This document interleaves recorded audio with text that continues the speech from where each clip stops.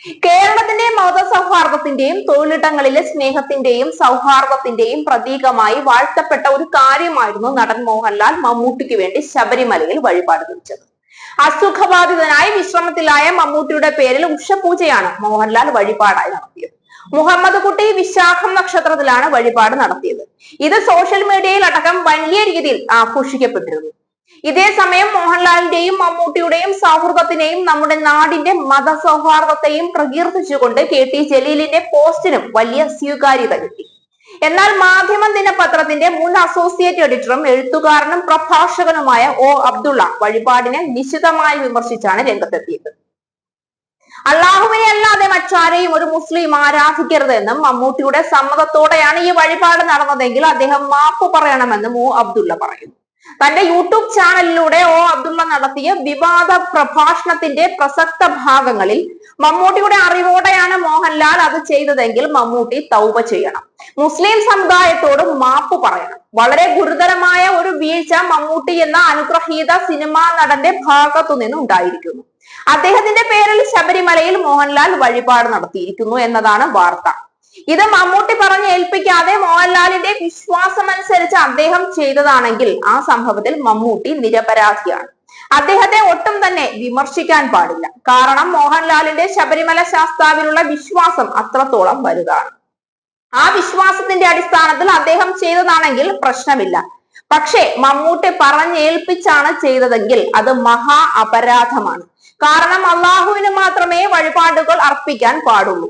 അള്ളാഹുവിനോട് മാത്രമേ വിളിച്ച് പ്രാർത്ഥിക്കുവാൻ പാടുള്ളൂ.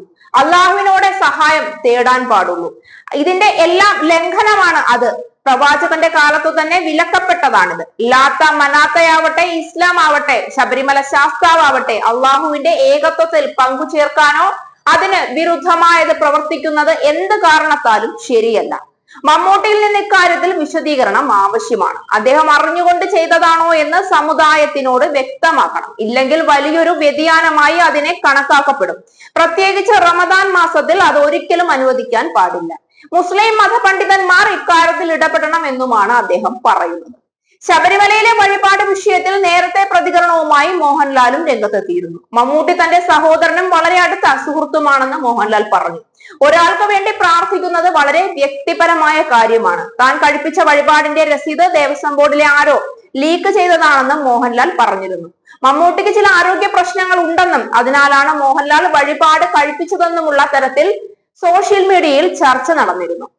എന്നാൽ മമ്മൂട്ടി സുഖമായിരിക്കുന്നുവെന്നും ആശങ്കപ്പെടേണ്ട സാഹചര്യമില്ലെന്നും മോഹൻലാൽ വ്യക്തമാക്കി. മമ്മൂട്ടി എന്ന മനുഷ്യൻ കറകളഞ്ഞ ഒരു ഇടതുപക്ഷ പ്രവർത്തകനാണ് എന്ന് ഏതൊരാൾക്കും അറിവുള്ളതാണ്. എന്നു കരുതി മതവിശ്വാസങ്ങളിൽ നിന്ന് പൂർണ്ണമായും വിട്ടുനിൽക്കുന്ന ഒരാളുമല്ല. എത്രയോ കലാകാരന്മാർക്ക് വേണ്ടി ആരാധകർ പള്ളിയും ക്ഷേത്രങ്ങളും പണി കഴിപ്പിക്കുകയും പൂജയും കർമ്മങ്ങളും ഒക്കെ അവരവരുടെ വിശ്വാസങ്ങൾക്കനുസരിച്ച് ചെയ്യുകയും ചെയ്യുന്നു. അതിനെയൊക്കെ മതത്തിന്റെ നൂലുകെട്ടി ബന്ധിക്കുന്ന അന്ധ മതവിശ്വാസികളെയാണ് ആദ്യം ഉന്മൂലനം ചെയ്യേണ്ടത്.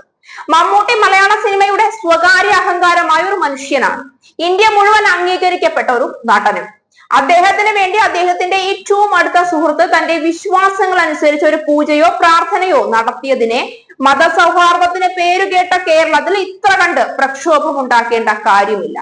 എന്നു മുതലാണ് കേരളത്തിൽ ഇത്തരം അന്ധവിശ്വാസങ്ങൾ വളർന്നു വന്നത്. ഹിന്ദുവും മുസൽമാനെയും രണ്ടു തട്ടിൽ മാറ്റി നിർത്തി ഇത്തരം ഹീനമായ ചിന്താഗതികൾ കൊണ്ടുവന്നതിന് BJPയുടെ കടന്നുവരവിനും വലിയ പങ്കാണുള്ളത്. മുഹമ്മദ് കുട്ടി എന്ന മുസൽമാനാണ് ക്ഷേത്രത്തിൽ പോയതും പൂജ കഴിപ്പിച്ചതുമെങ്കിൽ ഈ പറയുന്ന പാപപരിഹാരങ്ങൾ ചെയ്യുകയോ മഹലിൽ നിന്ന് പുറത്താക്കുകയോ ഒക്കെയാകാം. പക്ഷെ ഇവിടെ മമ്മൂട്ടി എന്ന മഹാനടനു വേണ്ടി മോഹൻലാൽ എന്ന ഏറ്റവും അടുത്ത സുഹൃത്ത് ചെയ്ത പ്രാർത്ഥനയാണ് ഇത്തരം മതത്തിന്റെ അഴുക്കുചാലിൽ കുടഞ്ഞിടുന്നത്. കേരളത്തിന് ഇത് എന്തു പറ്റി? കേരളത്തിലെ മനുഷ്യർക്ക് ഇത് എന്തു പറ്റി? ജാതി മത ചിന്തകൾക്ക് അതീതമായി മനുഷ്യപ്പറ്റുള്ള മനുഷ്യരെ വാർത്തെടുക്കാനാണ് ശ്രമിക്കേണ്ടത്. ഇവിടെ BJPക്കാർ കുടഞ്ഞിടുന്ന ഹിന്ദുവും മുസ്ലിം മത വിഭാഗങ്ങളും പാർട്ടികളും കുടഞ്ഞിടുന്ന മുസൽമാനും വേണ്ട. കേരളത്തിന് വേണ്ടത് ബോധമുള്ള മനുഷ്യരെയാണ്. തമ്മിൽ തല്ലുമ്പോൾ ഓർക്കേണ്ടത് ഒന്ന് മാത്രമാണ്: ഉത്തരേന്ത്യയായി കേരളത്തെ മാറ്റാൻ ഈ ജീർണിച്ച ചിന്താഗതിക്ക് വളരെ വേഗത്തിൽ കഴിയുമെന്ന് മാത്രം.